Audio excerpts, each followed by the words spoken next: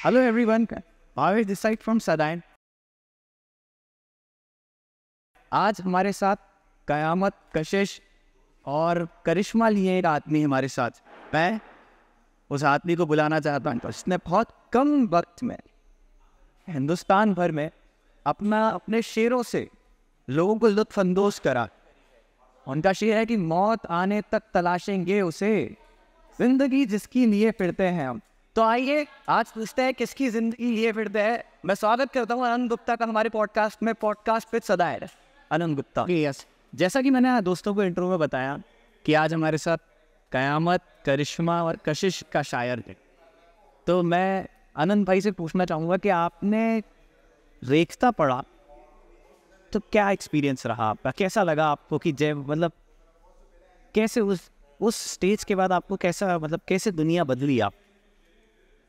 भावेश, मेरा रेखता का सफ़र जो है वो रेखता के बाद के सफ़र से ज़्यादा इंटरेस्टिंग। रेखता तक का सफ़र जो है वो बहुत मुश्किलों से भरा रहा, वो बहुत इंटरेस्टिंग भी रहा, दिलचस्प भी रहा, उतार चढ़ाव से भरा रहा। मुझे ऐसा लगता है कि इसमें किस्मत का भी काफ़ी किरदार है। जब मैंने शेर कहने शुरू किए बाकायदा अरूज़ के साथ, बैर और रदीफ़ काफ़िया इन सब की जिम्मेदारी से निभाते हुए, उसके बाद से 2 साल तक रेखता नहीं हुआ, कोरोना और कोविड की वजह।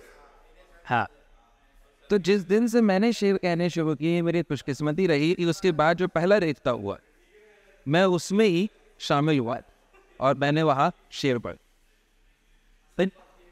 खुशकिस्मती यूँ भी रही कि उस दिन मेरी माँ का जन्मदिन था, जिस दिन मैंने रेखता का मुशायरा पढ़ा 4 दिसंबर। वाह। और कहीं ना कहीं मैं अपने आप को 3rd जनरेशन आर्टिस्ट मानता हूँ। अच्छा। क्योंकि मेरे नाना जी जो है वो हिंदी संस्कृत के प्रोफेसर रहे और ख़ुद भी कवि रहे। फिर मेरी माँ और मेरे पिताजी दोनों अपने कॉलेज डेज में खूब कविताएँ लिखा करते थे। तो मैं अपने आप को 3rd जनरेशन के तौर पे देखता हूँ और मुझे ऐसा लगता है कि ये 2 पीढ़ी का जो रस था वो इंतज़ार कर रहा था कि कोई उसे संभाले, और शायद इतना खाली नहीं था कि कोई उसे संभाल सके। इतना आपने कहा। जब मैं शेर कहने लगा था, दोस्तों मैं आपको बता दूं कि जयपुर के जो इवेंट्स होते हैं उनमें मैं बहुत सालों से जा आ रहा हूँ। तो 2017 में जब मैं पहली बार किसी प्रोग्राम में गया था, तब मैंने पहली बार एक आदमी को सुना जिसके बाल लंबे थे, और वो मैं नहीं जानता क्या पढ़ते थे, लेकिन जो भी पढ़ते थे उसमें समाज को मंत्रमुग्ध कर देते थे।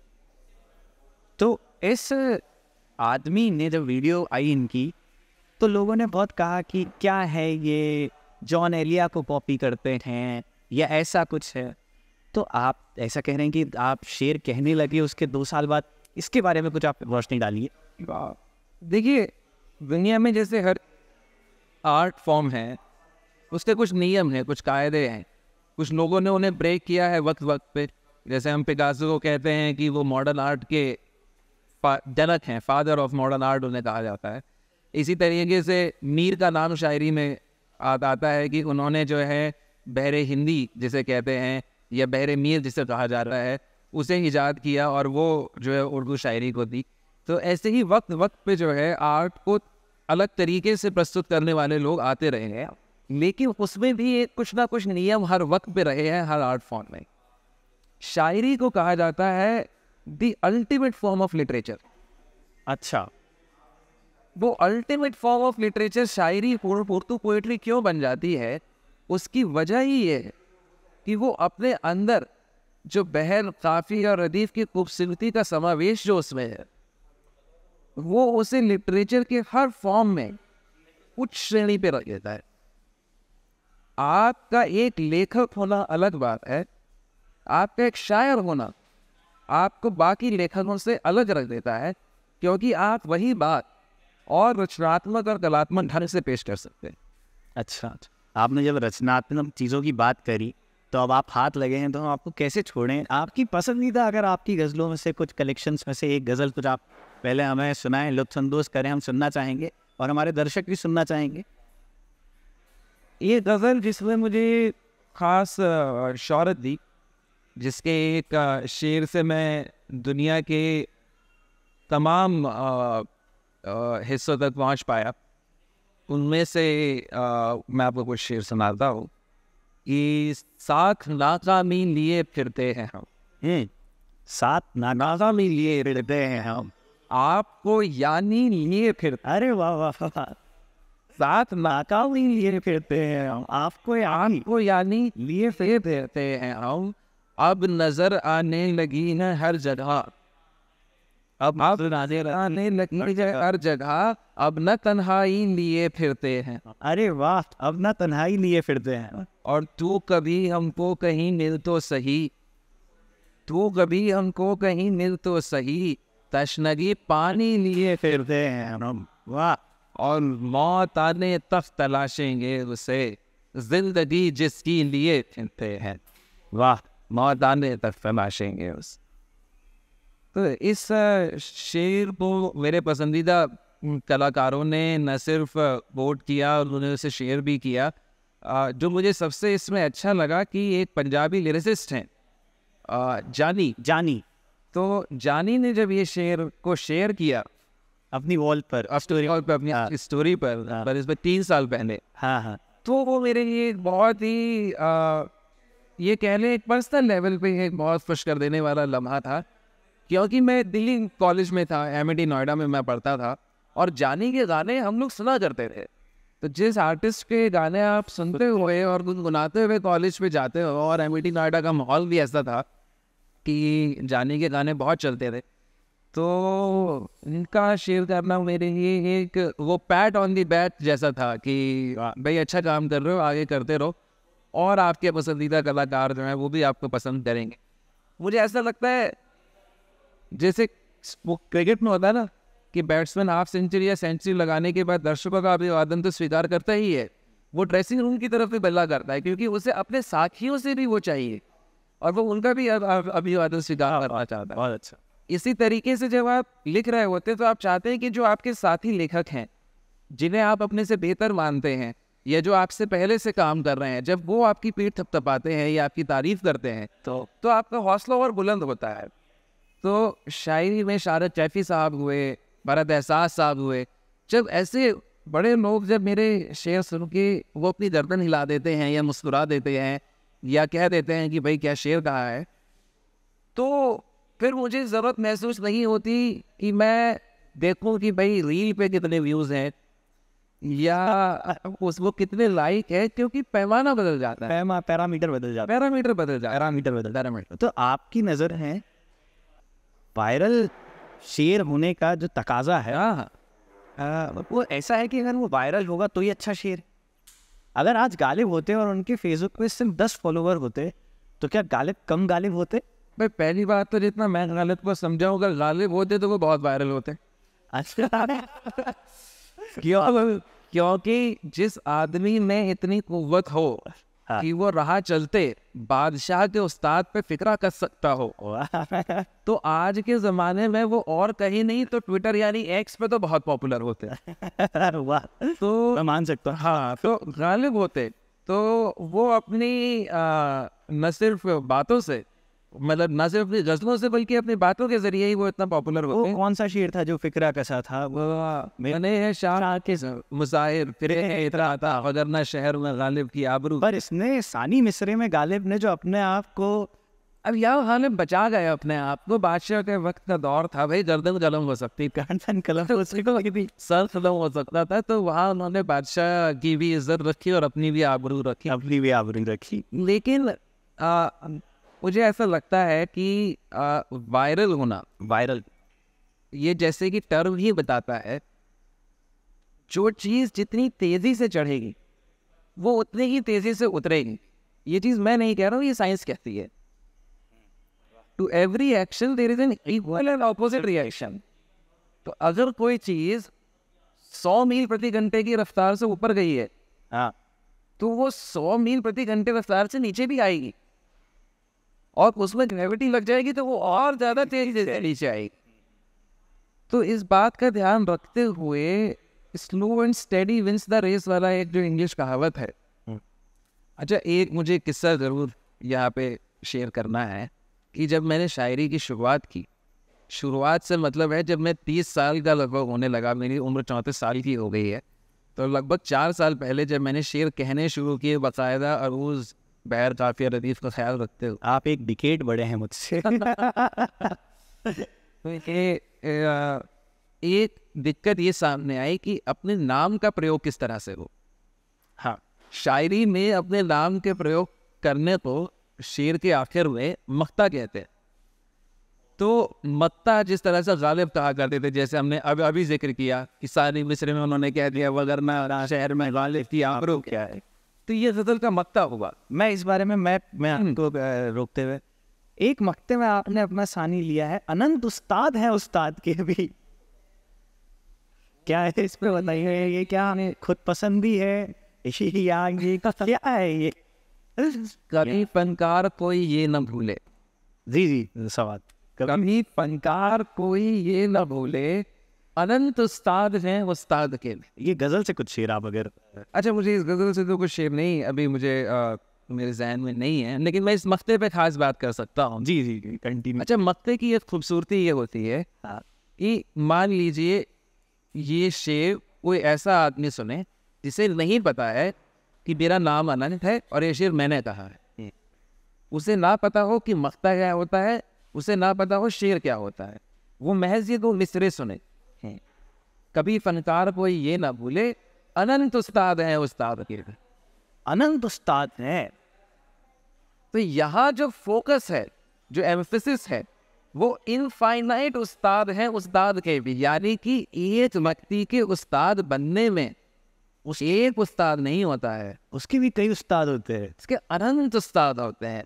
और बाकी खुद पसंदीदा तो वो गालिब से भी क्राफ्टिंग है। खैर ये क्राफ्ट का बहुत बड़ा स्किल है, क्राफ्टिंग है, क्राफ्ट का बहुत बड़ा स्किल है। ये मैंने सीखा, सच कहूँ तो मैं बहुत परेशान रहा। मैं ये कह रहा था कि मैं शुरुआती 6 महीने बहुत परेशान रहा कि अपने नाम का इस्तेमाल कैसे करूँ। बड़ा अजीब नाम है, शायरी में तो अनंत मैंने आज तक कभी सुना ही नहीं। और एक दिन मैं कबीर को सुन रहा था और मैंने सुना कि कह कबीर सुनो भाई साधो। मैंने कहा यार, कबीर से ज़्यादा तो मैंने कुछ और सुना ही नहीं किसी कवि को अपने नाम का इस्तेमाल करते हुए। और कबीर और अनंत हम वजनी नाम है। अच्छा जी। तो कबीर और अनंत का वजन जो है वो एक ही है। तो मैंने कहा मैं कहाँ हिचकिचा रहा हूँ। मैंने लगातार कबीर के दोहे और इतना उन्हें पढ़ा कि फिर मुझे लगा कि अनंत नाम का इस्तेमाल जब वो मुझे इतना खुल के करना चाहिए। और न सिर्फ उस्ताद लफ्ज़, उस्ताद तो फारसी से आ रहा है। मैंने तो अनंत के साथ, क्योंकि अनंत नाम भी जो है वो जुड़ के बनता है, अंत के साथ अन का जब मिलन होता है तब अनंत बना है। तो वो मेरे लिए हमेशा से बहुत आसान रहा अपने नाम के साथ अनंत आसमान, अनंत अवसाद, इनफाइनाइट। एक मीनिंग भी उसका काफ़ी वैसा। इसका मुझे लोगों ने कहा कि आपको बड़ा फ़ायदा मिलता है इस बात। तो ये तो आपके नाम की क्राफ्टिंग है कि मैं समझ सकता हूँ कि वो आपने खुद ने करा है। क्योंकि आज मैं भी अगर कभी कोई शेर कहता हूँ, अगर उसमें अपना नाम इस्तेमाल करता हूँ, तो मेरे को जैसे आपके नाम का इनफाइनाइट मतलब है, जैसे मेरा नाम भावेश है, भावेश, तो अब मैं उसको सिर्फ नाम को नाम में ही रहने देता हूँ। मैं उसमें, जैसे मेरा एक शेर है, मैं अपने शेर का वो मक्ता सुनाना चाहता हूँ कि हम नया एक ख्वाब देखेंगे, फिर पुरानी किताब देखेंगे, याद ताज़ा करेंगे हम तेरी, कोई सूखा गुलाब देखेंगे। इसमें मक्ता ऐसा था, आप भावेश सर उठाएं बस, आप भावेश सर उठाएं बस, आपको सब जनाब देखेंगे। तो अब मैं इसमें सर का जो मीनिंग रख रहा था वो अपने सर का रख रहा था कि आप भावेश सर उठाएं। तो नहीं, अब इसमें देखिए, पर मैं इसमें अपने नाम का, जिस तरीके से आपने अनंत उस्ताद कहा और एक मीनिंग जो निकल के आया, मैं उसमें थोड़ा कमज़ोर महसूस करता हूँ अभी। ये हर लफ्ज़ के साथ मुमकिन नहीं है। आपको ये भी समझना होगा कि मुझे इतनी आज़ादी इसलिए भी मिल जाती है कि मैं इसका इस्तेमाल अलिफ वसील के तौर पे भी कर सकता हूँ कि अनंत का इस्तेमाल न सिर्फ मैं अनंत उस्ताद की तरह कर सकता हूँ, बल्कि उस्ताद अनंत भी कर सकता हूँ, क्योंकि उसमें जो है उस्ताद का वस्ल अनंत में हो जाएगा, क्योंकि वो अ से शुरू हो रहा है, एक वॉवल से शुरू हो रहा है, एक स्वर से शुरू हो रहा है मेरा नाम। आपका नाम भावेश है जो कि व्यंजन से शुरू, तो जो नाम स्वर से शुरू हो रहे हैं, वॉल से शुरू हो रहे हैं, उसमें वस्ल की गुंजाइश रहती है, तो उसमें वो ज़्यादा जरखेज है, उसमें वो ज़्यादा उपजाऊ है। तो इसीलिए मैं नए लिखने वालों को ये सलाह दूंगा, मैं अपने बच्चों का नाम फिर किसी स्वर से स्वर से रहे। मैं अगर आप चाहते हैं कि आपके बच्चे अगर शायरी करें, कविता कहें, नहीं, उनके नाम पे मैं कर लूँगा। तो ये मैं नए लिखने वालों को सलाह दे सकता हूँ कि अगर आप कोई तखल्लुस चूज कर रहे हैं तो आप ऐसा कोई तखल्लुस जो है इस्तेमाल करें जो स्वर से शुरू होता है और जो वॉवल से शुरू होता है, तो उससे संभावनाएं बढ़ जाएंगी, पॉसिबिलिटीज बढ़ जाएंगी। पॉसिबिलिटीज बढ़ जाएंगी। मैं आपसे वापस उसी चीज़ पे आता हूँ कि एक और कुछ अपनी गज़ल सुनाएं आप, मैं सुनना चाहूँगा आपको और हम सब आपको सुनना चाहेंगे। अच्छा, गज़ल का यार मामला ऐसा है कि मैं कहता इतना हो कि मुझे याद रोकने की जो है थोड़ी सी मुश्किलात रहती है, फिर भी मैं आपको एक गज़ल से कुछ शेर सुनाता हूँ कि बताना अगर दिखें तुमको भटकते पाँव के छाले, बताना अगर दिखें तुमको भटकते पाँव के छाले, कई बरसों से गायब हैं हमारे पाँव के छाले। वाह। और इसमें शेर सुनो कि फलक के पारदर्शी फर्श पर कब से खड़ा कोई, फलक के पारदर्शी फर्श पर कब से, फलक के पारदर्शी फर्श पर कब से खड़ा कोई, सितारे लग रहे हैं जो है उसके पाँव के छाले। वाह वाह वाह वाह वाह। किसी के पाँव में फूटे किसी की क्या बात। आँख के, किसी के पाँव में सूखे किसी की आँख के आंसू, किसी के पाँव में सूखे किसी की आँख के आंसू, किसी की आँख में फूटे किसी के अरे क्या बात है, वाह। और इस गज़ल का एक शेर सुनो कि यकीन कर थे अभी घर से निकलते वक्त चारागर, यकीन कर थे अभी घर से निकलते वक्त चारागर, बता क्या उड़ के आते अब दिखाने पाँव के छाले। ज़माने में सफ़र और राय गानी का है पैमाना, ज़माने में सफ़र और राय गानी का है पैमाना, ज़रा पहले बताते फोड़ डाले पाँव के छाले। वाह। बताना अगर दिखें तुमको भटकते पाँव के छाले, वाह। कई बरसों से गायब हैं हमारे पाँव के छाले। और मैं इस पे आपसे, जो आपने पैरामीटर्स की बात करी, तो एक बेसिक सवाल बनता है कि एक अच्छे शेर का क्या पैरामीटर आप इस शेर को अच्छा मतलब जो शेर अनंत कह देंगे वो शेर, ये पैरामीटर सेट हो गया। ये ऐसे शेर का पैरामीटर क्या है? ये फिल्म आई हॉलीवुड में, मतलब हाँ जी, द डेड पोएट सोसाइटी।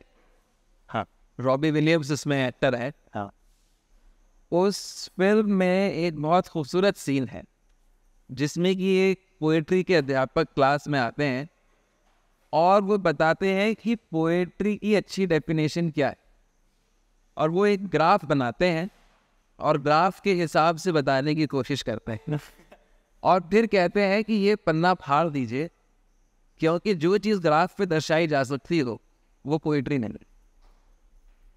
जिस चीज़ को आप अच्छे बुरे के दायरे में डाल सकते हैं, हाँ, वो साहित्य हो ही नहीं सकता। साहित्य अच्छा बुरा नहीं हो सकता।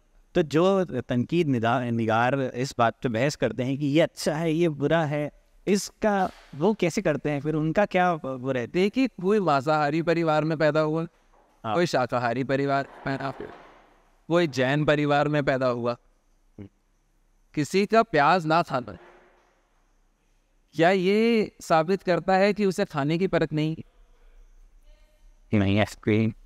या किसी का शराब पीना ही ये तय करेगा कि उसी आदमी को जो है शराब के ऊपर नॉलेज है? क्या बिना पिए किसी चीज़ की नॉलेज नहीं हो सकती है? इसी तरीके से शायरी को बिना पढ़े भी शायरी की जा सकती है, साहित्य को बिना पढ़े भी साहित्य कहा जा सकता है। लेकिन जो साहित्य बिना साहित्य को पढ़े कहा गया होगा उसमें त्रुटियां होने की संभावना है ज़्यादा। उसमें पुराने ही सामान को, पुराने ही माल को दोबारा कहे जाने की संभावनाएं ज़्यादा हैं।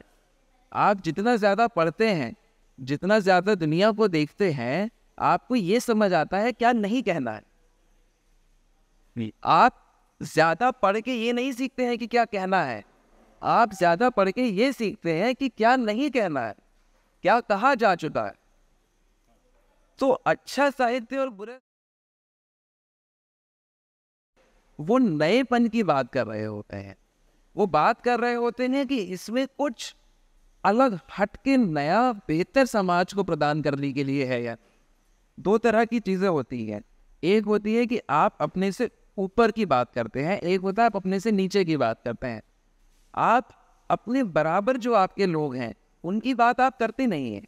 अगर मैं एक मिडिल क्लास आदमी तो मैं गरीबों के हक की बात करूंगा और मैं अमीरों के सोच की बात करूंगा। अगर मैं अमीर आदमी हूं तो मैं तो खुद प्रॉब्लम का हिस्सा हूं। ठीक है। अगर मैं गरीब आदमी हूं तो मैं तो खुद प्रॉब्लम में हूं।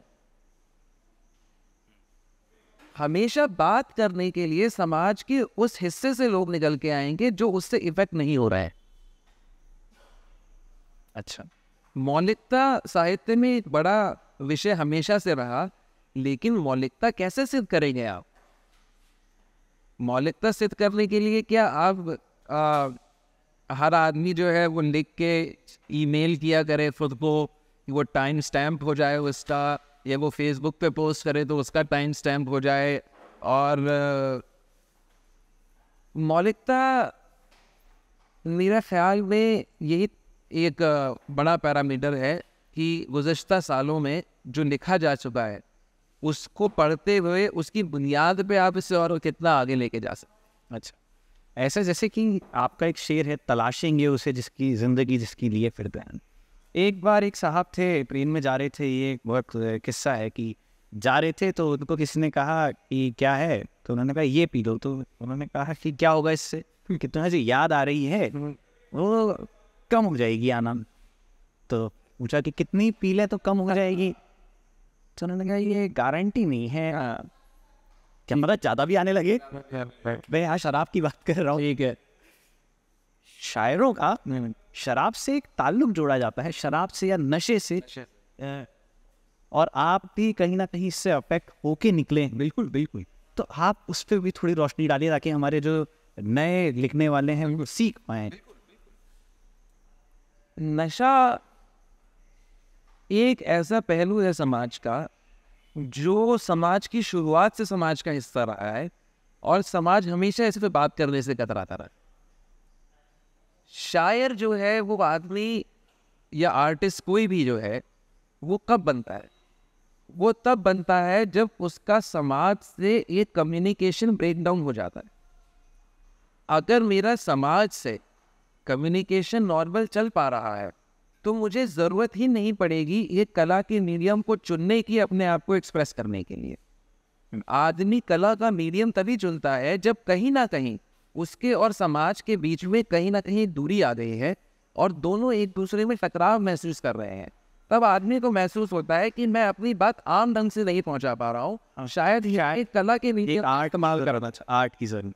अब जब मैंने खुद को मान लिया है कि समाज और मेरे बीच एक टकराव है, तो अगर समाज और मेरे बीच एक टकराव की स्थिति है तो मैं पहले ही असामाजिक घोषित हो गया। जब मैं असामाजिक घोषित हो गया हूं तो ऑटोमेटिकली वो चीजें मुझे आकर्षित करेंगी जो असामाजिक है। वाजिब।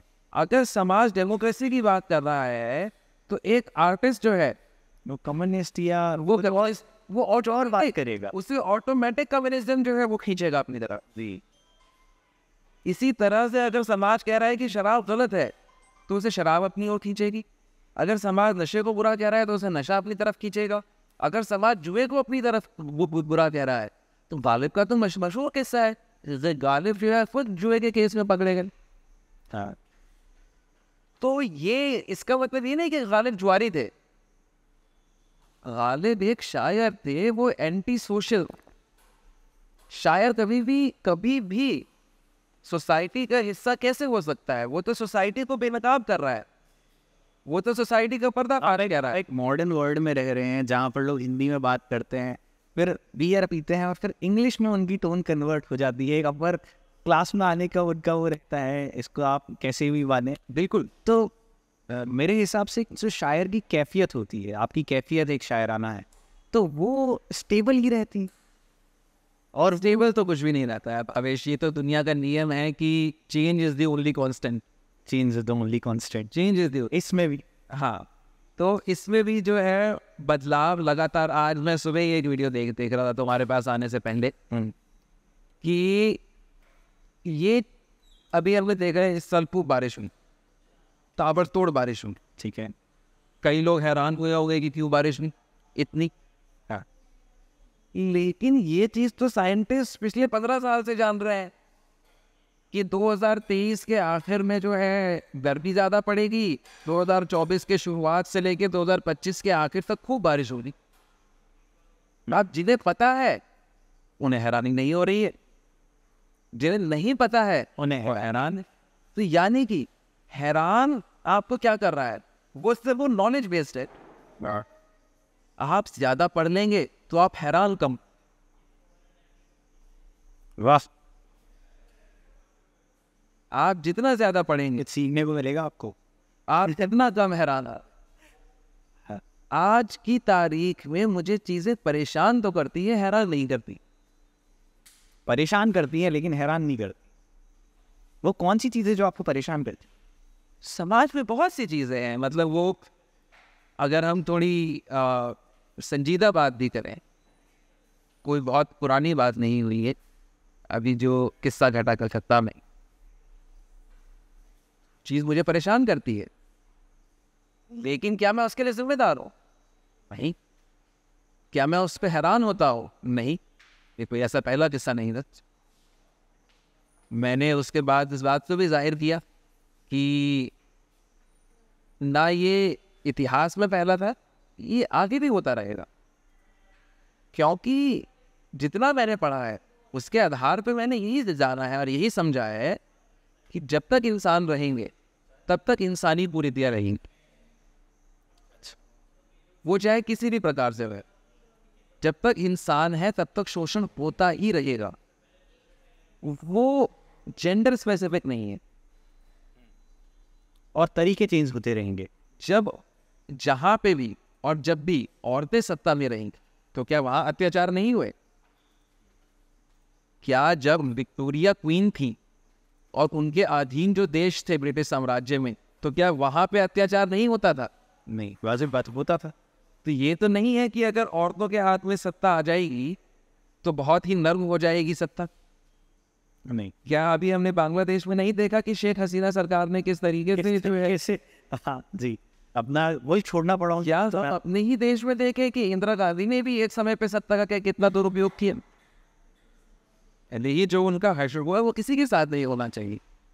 लेकिन अगर हम यही कहने लगे कि ये जेंडर की बात है कि मर्द ज़्यादा तानाशाह होते हैं या औरतें कम तानाशाह होती हैं, ऐसा बिल्कुल भी नहीं है। तानाशाही प्रवृत्ति जो है वो मोहनदास करमचंद गांधी का क्या खूबसूरत कथन है, there is enough in this world for a man's need but not for his greed. अब इसमें वो मैन कह रहे हैं तो मैन से मतलब मैन नहीं है भाई, एज अ ह्यूमन कह रहे हैं वो, तो वो समझने की बात है। अब वो आप कह लें कि भाई हमारे तो जो लिखने वाले थे, जो अकेडमिक्स थे, वही सारे मर्द थे, इसीलिए हमारी जो लैंग्वेज में जो है वो इट्स अ मैन्स वर्ल्ड और बैट्समैन होता है, बैट्सवुमेन नहीं होता है। क्यों नहीं होता है बैट्समैन? तो अब फिर वो जेंडर न्यूट्रल चल रहा है। नहीं, वो एक्चुअली वो जेंडर बेस पे था। अब ऐसा मैन वुमेन, तो there is also a quote which like वो सोशल मीडिया से होता है कि practice makes a man perfect, women's are born perfect. तो भाई अब इस तरीके से ही आपको कवर अप करना पड़ेगा। आप क्या करें? और मैं आपसे दरखास्त करूँगा, आप एक कोई और अच्छी अपनी गज़ल सुनाएं, आपकी पसंदीदा, हम उसको भी सुनना चाहेंगे साथ साथ इसी सफ़र में। मैं आपको कुछ शेर उस गज़ल के सुनाता हूँ। मैं कुछ नया सुनना चाहूँगा, अगर आप कुछ नया सुनाते हैं तो। अच्छा यार, उसके लिए तो मुझे अपने फ़ोन को खंगालना पड़ेगा। आप फ़ोन निकाल सकते हैं आप। अच्छा, मुझे अगर ये आज़ादी है तो मैं ज़रूर आपको ये आज़ादी मैं आप एक स्वतंत्र देश में रहते हैं, ये आज़ादी है। नहीं ये इस वक्त।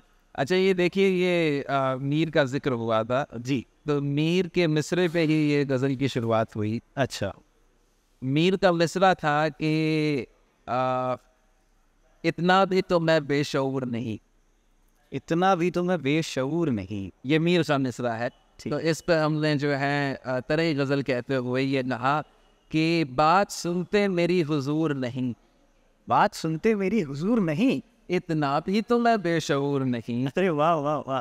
बात सुनते मेरी हुजूर नहीं, इतना भी तो मैं बेशऊर नहीं। काम आसान हो तो बात भी हो, काम आसान हो तो बात भी हो। शायरी खाक अगर गुरूर नहीं, काम आसान हो तो बात भी हो। शायरी खाक अगर गुरूर नहीं। नाम जितना है वो है मेहनत से, नाम जितना है वो है मेहनत से। मैं कोई खान या कपूर नहीं। अरे मैं कोई खान या कपूर नहीं। ध्यान रखना कि रोशनी ही कहीं, हम्म, ध्यान रखना कि रोशनी ही कहीं आँख से छीनती हो नूर नहीं। वाह। लोग जन्नत के दर पे थूकाए, लोग जन्नत के दर पे लोग जन्नत के दर पे थूकाए, जिनकी किस्मत में थी भी हूर नहीं, जिनकी किस्मत में। कोई हूर नहीं। अच्छा, जिनकी लोग जन्नत के दर पे थूकाए, जिनकी किस्मत में कोई हूर नहीं। क्या भरोसा करेगा मुझ पे कोई, क्या भरोसा करेगा मुझ पे कोई। अब तो पीकर भी होता चूर नहीं। क्या भरोसा करेगा मुझ पे कोई, प्रैक्टिस में हो जाता है फिर ये। अब तो पीकर भी होता चूर नहीं। मंजिलों पर ये राज खुलता है, मंजिलों पर ये राज खुलता जितनी लगती थी उतनी दूर नहीं। है। मंजिलों पर ये राज खुलता है, जितनी लगती थी उतनी दूर नहीं। फल तो मिलने ही आम से थे अनंत, फल तो मिलने ही आम से थे अनंत। हमने बोया भी तो खजूर नहीं। वाह। एक एक एब्सर्डिटी होती है। आपकी शायरी में एब्सर्डिटी भी एक बहुत अच्छा एलिमेंट है। मेरे को ऐसा लगता है, मेरी पर्सनल फिलॉसफी है, और मतलब मेरे को ऐसा लगता है कि एब्सर्डिटी आपकी जो, जैसे तुमने बोए भी तो खजूर नहीं। अब मैं फिक्शन पढ़ते हुए पैदा हुआ, मैं ICSE स्कूल्स में पढ़ते हुए बड़ा हुआ हूँ। मुझे इंग्लिश फिक्शन ने बहुत ज़्यादा लुभाया बचपन से, और मैं सिडनी शेल्डन का बहुत बड़ा फ़ैन रहा। सिडनी शेल्डन की किताबें मैंने मतलब एक एक दिन में 300 पन्ने की किताबें पढ़ के मैं ख़त्म कर देता था। और मुझे ऐसा लगता है कि शायरी में भी मैं वो चीज़ लाने की कोशिश करता हूँ, एक सस्पेंस का पहलू लाने की कोशिश करता हूँ, और मैं अपने आप को सिर्फ एक शायर के तौर पे नहीं देखता हूँ, मैं अपने आप को एक वर्सेटाइल राइटर के तौर पे देखता हूँ। पर जिन लोगों ने भी आपको अगर कभी सुना है, तो कभी अगर आपने परफॉर्म करा है, तो उनको आपका कुछ ना कुछ कलाम का कुछ एक शेर, मतलब अगर मेरे पे ऐसा लगता है, मैं गलत नहीं हूँ इस बात में, अगर आप इंदौर परफॉर्म करने जाओगे तो आप वहाँ 5-6 अनंत छोड़ के आओगे, और अगर आप दिल्ली जाओगे तो वहाँ पर, जैसे राहत इंदौरी ऐसा कहते थे कि जब मैं एक मुशायरे में पढ़ के आता था तो फिर वापस आता था तो मेरे ही लहजे में 3-4 लोग प्रैक्टिस करने लगते थे कि क्योंकि उनका एक वो रह जाए। तो मेरे को आपको देख के ऐसा लगता है कि अगर आप दिल्ली जाओगे तो वहाँ 3-4 लोग आपको फिर आपको देख के वैसे आकर्षित हो जाएंगे आपकी तरफ। आ गए हैं ऑलरेडी मार्केट वैसा आ गए हैं। तो मैं ऐसा सवाल ये है कि क्या आप जॉन एलियट से आकर्षित हुए? आप ये समझे, जॉन एलियट से मैंने एक बहुत खूबसूरत चीज़ सीखी, और वो थी अपनी शायरी में खुद डूब के उसे पढ़ना। जॉन एलियट से ज़्यादा मैंने किसी को अपनी शायरी इंजॉय करते हुए नहीं देखा। शायद राहत इंदौरी उसके सबसे करीब आते हैं, भगवान उनकी आत्मा को शांति दे दोनों, लेकिन राहत इंदौरी मुझे ऐसा लगता था कि वो लुत्फ ले रहे हैं शेर पढ़ते हुए अपने ही शेर का। हाँ, ऐसा ही मुझे देखने को मिला जॉन एलियट में। इन दोनों शख्स, राहत इंदौरी मेरी इतनी काबिलियत नहीं कि ना मेरी वैसी बुलंद आवाज़ ना वो अंदाज, शायद मैं थोड़ा सा अलग लहजे का शायर निकल के आया, लेकिन मुझे ऐसा लगता है कि इन दोनों ने मुझे वो आज़ादी दी कि मैं जब स्टेज पे हूँ तो मैं और मेरे अशआर सिर्फ वो है और बाकी दुनिया नॉन एग्जिस्टेंट है। तो जिस दर्द को महसूस करते हुए या जिस फिक्र में या जिस परेशानी को महसूस करते हुए मैंने शेर कहे होते हैं, मैं पढ़ते वक्त भी उसी चीज़ को महसूस, उसी दर्जा महसूस करते हुए पढ़ने की कोशिश करता हूँ, सुनाने की कोशिश करता हूँ। आपकी बातें सुन के और आपसे बात करके मुझे बहुत आनंद आ रहा है, आनंद के साथ आनंद आ रहा है भाई, अनंत आनंद आ रहा है मुझे। जयपुर में जवाहर कला केंद्र के ऑडिटोरियम में एक बार एक प्रोग्राम पूरा था जिसमें मैं स्टार अनंत बनने के बाद अनंत भाई को पहली बार सुन रहा था, क्योंकि हमने तो अनंत भाई को काफ़ी पहले सुना है और देखा है, पर उससे बनने के बाद जब मैं पहली बार देख रहा था तो एक तो इन्होंने एक जुमला कस दिया था वहाँ कि मैं 2 साल से अभी शायरी कर रहा हूँ, आपको लग जाएंगे 2 साल से इस शेर को समझने में। लेकिन वो एक गज़ल थी जिसमें इसका रदीफ था बच्चा, अगर मैं गलत नहीं हूँ। मैं चाहूँगा उस गज़ल से आप कुछ शेर सुनाएं हमारे दर्शकों को, उनको अनंत आनंद मिले। वो मेरी ज़िंदगी की बहुत पसंदीदा गज़ल में से एक है जी, और उसकी ख़ास वजह ये है कि इस गज़ल का जब मैंने मतला कहा तो मैं अपने आप को ही ध्यान में रख के कह रहा था। मैं अपने स्कूल डेज में बहुत शैतान बच्चा था। मैं बदतमीज़ नहीं था, शैतान था। बदतमीज़ी का स्कोप था ही नहीं क्योंकि पिताजी बहुत स्ट्रिक्ट थे। लेकिन मैं स्कूल से बंक मार के, मैं भी बदतमीज़ नहीं था लेकिन शैतान बहुत था। चलो कवर अप ऐसे भी कर सकते। मैं फिल्में देखने जाया करता था स्कूल से बंक मार।